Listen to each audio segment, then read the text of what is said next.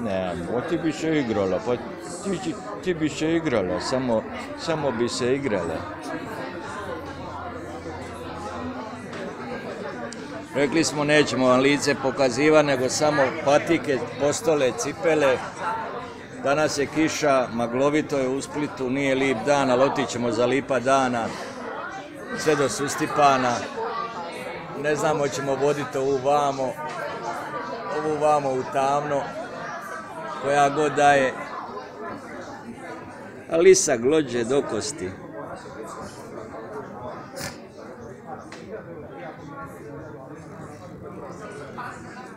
Pričali smo o onome kupit, ne kupit, vi to, Bogu hvala, obavljate.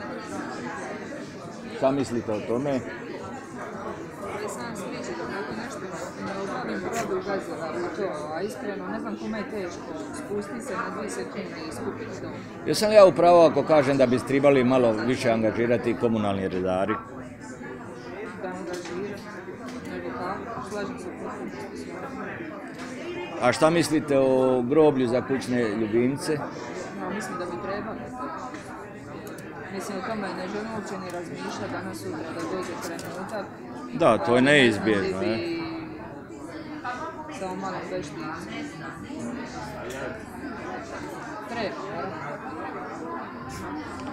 Ja se nadam da se čuo naš glas o ovome žamoru kafića Paradizo u kojem je dozvoljen ulaz psima i sve više takvih kafića ili je sve više vlasnika pasa. Je li vi kao mlađa osoba, barom od mene, a ne usudim se govoriti više o godinama, šta mislite, jesu li pasi u Splitu trendi?